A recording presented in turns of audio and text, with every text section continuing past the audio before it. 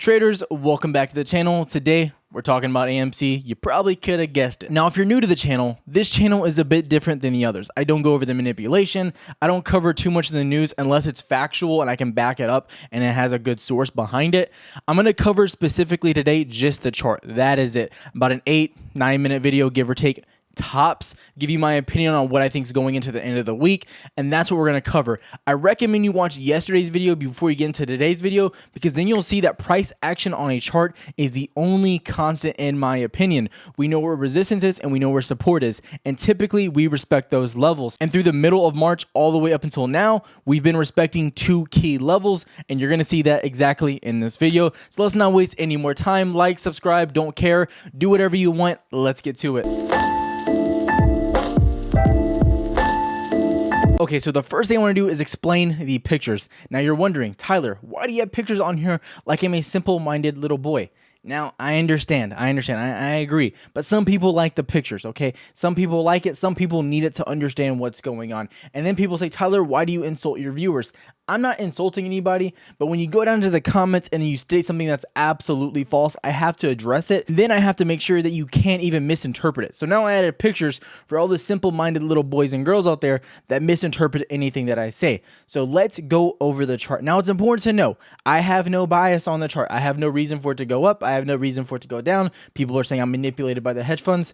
That would be really great, to be honest. If they were paying me millions of dollars to do this, wow. Would be amazing. I'd probably get a few more views if that was the case. Just saying. So as we look, there's a few important things. This is going to be numero uno. We got the hedgy hammer, the big red hammer. And you're thinking, Tyler, what is the hedgy hammer? Well, if you're new to the channel, we need to go over it real quick. It's important to know that this is an opinion. This is my opinion on the chart and how we're moving. Now you can say, hey, it looks like we're respecting the chart. You can take your own conclusion from it. So let's dive right in.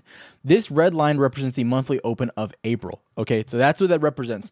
These green lines represent weekly opens and the purple lines represent daily opens. So whenever the stock opens on that specific day from market open to market close, that's what that line represents. So this is where we opened up on April 1st. That's where we opened up.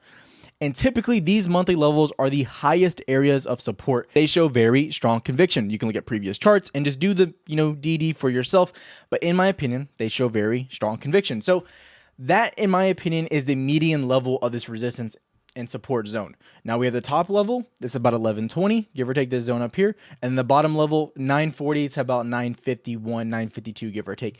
Those are the order blocks. We have the resistance at the top and the support down at the bottom, and we have been channeling in this range for about 2, give or take 3 weeks going on now, from the 23rd of March all the way to today, the 8th of April. And you can see we came down to the zone, we popped back up, came down, and we're just trending. Now, it's important to know, I don't want to do a complete recap of yesterday of what I went over. But if you look at early February, between like the 5th all the way until we got that next move up above $6, we sat in a range. It was very important. It was consolidation. It pretty much channeled where we got. Volume remained in. The OBV remained strong. And then buyers continued to stack in. And eventually we broke back up and continued for our next run. That was very, very important. Now, if we look at this chart, what's interesting is we're not getting that big of a pullback. We're sitting at about $10 all the way to the low 11s, give or take. We'll say 11. So we'll say 950 to 11 is this real range. It's about $1.50. And that's where we're sitting at. Now, the last range was about 70 cents. So this range is a little bit bigger. But if you look at the time scale, we're obviously trending in this zone. And then as yesterday, this is where we are today. Yesterday, I mentioned we got a close below this level. That's important to note right here. That's where we closed. This candle was right here. We closed below that median level. And then what the hedgy hammer does, it either shoots us up to the top magnet or the bottom magnet. And you're saying, Tyler, is the hedgy hammer real? No, Timmy. This is completely just a made-up thing just so I can explain things better to you. But it is worth noting, once we get above this level, we have a tendency to push back to the upside or push back down to the downside. So when we break above it, you see, we push back to the top magnet. And then we break below the middle to the downside, we usually push back down to the bottom magnet. And obviously, I drew a few more lightning bolts to represent the bottom magnet has more strength right now, if we're looking at it, because guess what? It broke below that median level. We actually had to break down, we came back up, got rejected, and then came back down. And now we're getting a hold below the weekly, and it looks like we're probably going to get a push just based on how we're sitting below the VWAP. Momentum is on the downside right now. And now you're saying, Tyler, it sounds like you're bearish. No, Timmy, I'm not bearish. I'm just stating there's a high probability we come back down and test the support. And then this leads to Timmy's next question. Tyler, where would you get bearish? Now, I have to keep saying this statement. Overall, long term, I think AMC has room to go up. I keep saying it. Keep saying it. Where my belief in the system would change for the shorter to longer term ratio is if we get pushed below the 8.86 level. If we hold below March's open, which was this red line right here, I believe we'll flip to a bearish thesis and we'll start pushing closer down to the $6 range, which is then where I would see us wanting to hold and kind of finding a new level of consolidation. But as of right now, I think we look strong. I think this consolidation is very good for AMC, and I believe going into the end of the month, it's very positive. So let's go over what the ape's mood is, typically what your mood is if you're watching this video. I understand I have a lot of people in the Discord that are heavily invested in AMC, but they respect what I do here. They respect the price action because, like I said, the price action is a constant. And what do I mean by a constant? It's something that you can somewhat rely on, right? So we have a test of this level down here, which we came and tested that monthly level once. We're making higher lows. That's very good. And then once we hold right back above this, we push back up. And you can see we're testing both these resistances multiple times and the support down here multiple times, and we're respecting it and we're not holding below it. That's very important to know that we're getting pushed right back into this no man's land. That's what I call this area in between these support and resistances, because we're not getting consolidation above or below it. We're just sitting and bouncing between, which is pretty good, but it shows we haven't made up our mind on the stock, which direction we want to go. So in short term, going into the short term end of the month of April, personally, I think the month of April, we're going to sit inside this range. It makes sense for me. It makes sense on the chart. That's what makes sense to me, that we're just going to sit inside this range bouncing back and forth. Who knows how it goes? Now, if we start to trend above, then I'd be like, okay, there's a high possibility we start making another leg up and we're done with the zone. And then if we consolidate below this line here and we start to push back down to 8.86, there's a high possibility, we start going back to the downside. But while we trend in this zone, I think it's healthy for the stock. I think the iBorrow rate fee will go up as well. If you're not familiar with iBorrowRate.com, it goes over the fee to borrow the actual stock, which in turn means shorting. That's what that's about. So that's important to know.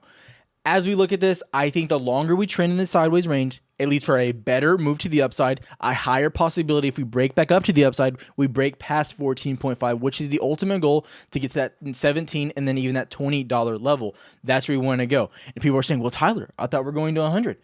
Look, we got even baby steps, Timmy, baby steps. So I want to wrap up the consensus of the chart, right? I understand. This is the ape's mood. You're sad again. But today, Timmy has a little drink with him, okay? He needs a comfort. So I'm going to just tell you what I believe is going on. Again, we're getting that push back to the downside.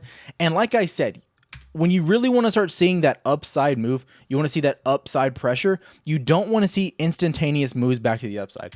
I keep saying this. And I know people think I'm crazy. They think I'm a bear. But that's not what you want to see. You don't want to see a touch and then a shoot back up. That's not what you want to see. What you would like to see is slow trending to that upside, okay? Because once you start getting that slow trending, that moves for a very strong move, and it shows there's actual support behind the stock, and it's not just an influx wave.